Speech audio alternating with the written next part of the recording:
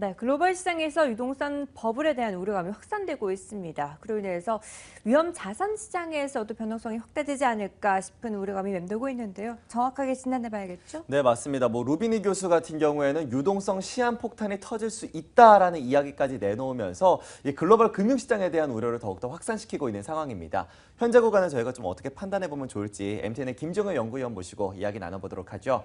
위원님. 네, 일단 경제 상황이 그렇게 좋은 편은 아닙니다.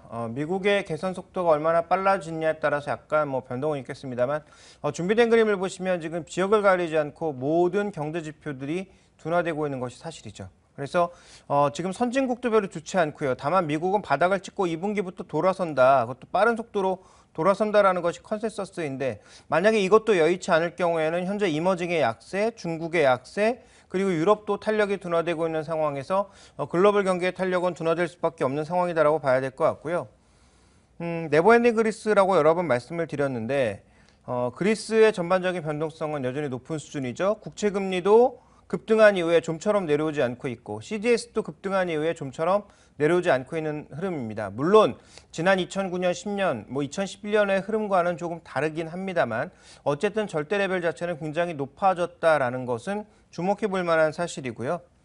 그다음에 주요 이머징 증시가 최근에 조정을 받고 있다라는 거죠. 브라질, 그다음에 러시아도 마찬가지고요. 인도는 최근에 수익률 자체가 거의 제로 수준입니다. 중국은 많이 올랐지만 최근 들어서 고점 대비해서 변동성이 크게 확대하고 있는 모습이죠. 6% 빠졌다가 4.7% 급등하는 등 종잡을 수 없는 흐름이 벌어지고 있기 때문에 전반적으로 경제 상황의 둔화에 따라서 위험 자산의 변동성이 커지고 있는 것은 사실이다. 이렇게 볼 수가 있습니다. 네. 위험 자산의 변동성이 점점 커지고 있다라고 판단을 하고 계시는데요. 버블이 터지면서 시장 변동성이 커질까요? 앞으로는 어떻게 전개될 거라고 정확히 파악하고 계십니까? 네, 2013년에 처음에 버냉키가 불러일으켰던 테이퍼 탄트룸, 즉 긴축 발작이 어떻게 움직였는지를 살펴보실 필요가 있는데요. 준비된 그림을 보시면 단기 국채, 2년 국채 수익률은 빠른 속도로 올랐고요. 그러니까 지금은 그 테이퍼 탄트룸이 나온 이후에 2013년과 2015년 이후를 비교하고 있는 건데요. 2013년도 어떻게 움직였냐면 단기 국채는 수익률이 급등하는 모습을 보였고, 그다음에 전체적으로 이 신흥국 통화는 크게 달러 대비 약세를 보였고요. 그러다 보니까 글로벌 시장에서 자금은 빠져나가는 양상을 보였습니다. 근데 지금까지 옐런의 발언 이전까지 흐름을 보시면 거의 비슷한 양상이라서 만약에 이때와 같은 모습으로 가게 된다면 위험 자산의 불확실성 증가에 따른 변동성, 그래서 이런 변동성으로 인한 증시의 하락 가능성, 그러니까 하락이라기보단 변동성이라고 하는 것이 좀 더 적절한 표현이겠죠. 하락이라고 하는 것은 고점을 계속 낮춰간다라는 얘기인데 그렇게 흘러가기보다는 단기적인 변동성이 크게 발생할 가능성이 여전히 높지 않나 이렇게 보셔야 될 것 같고요. 과거의 경험상으로 미루어 봤을 때 또 지금은 이제 금리 인상 시기로 바꾸어진다라는 점을 고려해 봤을 때 분명히 좀 부담스러운 점은 있고 향후 전망에 있어서도 불확실성 자체가 특히 위험자산 중심으로 제기되고 있다 이렇게 봐야 될 것 같습니다. 네, 그렇게 된다면 한국 증시에도 미치는 영향이 상당히 클 것 같은데요. 5일만 하더라도 그리스의 IMF 자금 상환일이 다가오고 있고 또 FOMC 회의도 이때 예정을 하고 있는 상황입니다. 우리 증시에 미칠 수 있을 만한 영향 어떻게 분석하고 계십니까? 네, 핵심은 6월 일정이 굉장히 험난하다라는 데 있습니다. 준비된 그림을 보시면 6월 3일에는 22 통화정책회의, 5일은 오펙 총회, 9일은 MSCI 정기 리뷰가 있고요. 그 다음 11일에는 국내 금통위와 함께 만기 등 여러 가지 이슈들이 겹쳐 있고 15일에는 국내 주식시장의 가격 변동폭이 또 확대가 되고요.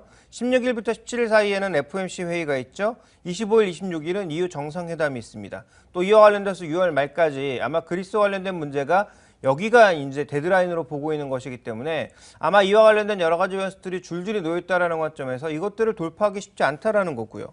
그 다음 또 하나 봐야 될 것은 국내 광공업 생산이 크게 둔화된 모습을 나타내고 있죠.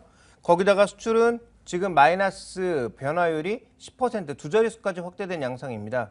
그러니까 그동안 우리는 시장을 좋게 봤던 주요 요소들 중에서 그나마 국내 펀더멘탈은 강하다라는 것이었는데 이것도 이제 깨지고 있는 거죠. 그래서 이런 부분들로 고려해 본다면 우리 시장의 변동성도 좀 커질 가능성이 있지 않나라고 봐야 될 것 같고요. 그런 관점에서 6월 한 달은 6월 한 달까지는 아니더라도 초반 한 중순이나 중순 후반 정도까지는 가치주라든지 내수주라든지 중간 배당 관련주라든지 이런 종목군들로 최대한 종목을 압축해서 가져가는 것이 일단은 조금 유리하지 않겠는가.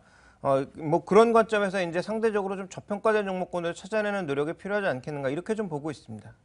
네, 6월에 일정 상당히 많은데 이 때문에 변동성 또한 확대될 것으로 예상이 되고 있습니다. 때문에 종목들을 선별할 때에도 성장에 대한 기대감보다는 펀더멘털 자체가 견조한 기업들을 골라보자라는 이야기를 해주셨습니다. 자, 그래서 종목들의 흐름도 보도록 하겠습니다. 앞서서 오늘의 포인트를 통해서 이 글로벌 항공주들의 주가를 비교해봤었는데요. 간밤 글로벌 항공주들의 주가가 상당히 크게 올랐잖아요. 네. 일단 어떻게 나오고 있는지 그 분석부터 좀 들어보도록 하죠. 근데 가장 이제 중요한 핵심은 뭐냐면 유가 효과가 사라진다라는 거죠. 준비된 그림을 보시면 제트유, 항공유 이제 유가가 나오는데요. 최근에 이제 떨어졌다 반등하고 있습니다. 물론 이 반등이 본격적으로 나타나지 않을 것이기 때문에 반등 자체에 무게를 둘 필요는 없지만 이 효과가 이제 사라질 것이다라는 거죠.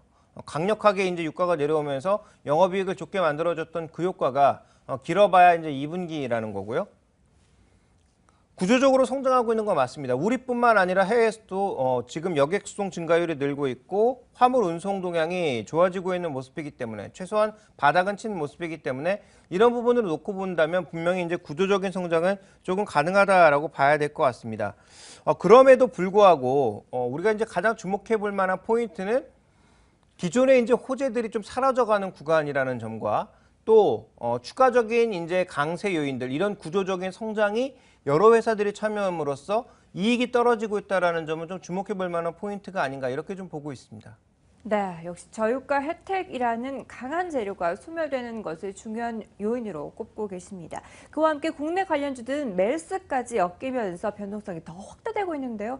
투자자들은 어떻게 포지션을 취해야 될까요? 네, 일단 뭐 아웃바운드 같은 경우에는 뭐 크게 줄어들지는 좀 지켜봐야 되겠습니다만 인바운드는 크게 줄어들 가능성이 있다라고 봐야 되겠죠. 인바운드가 이제 우리나라로 들어오는 사람들 얘기인데 대부분 중국인들 아닙니까? 준비된 그림을 보시면 이 사스가 터졌을 때 홍콩을 방문했던 중국인 숫자인데요.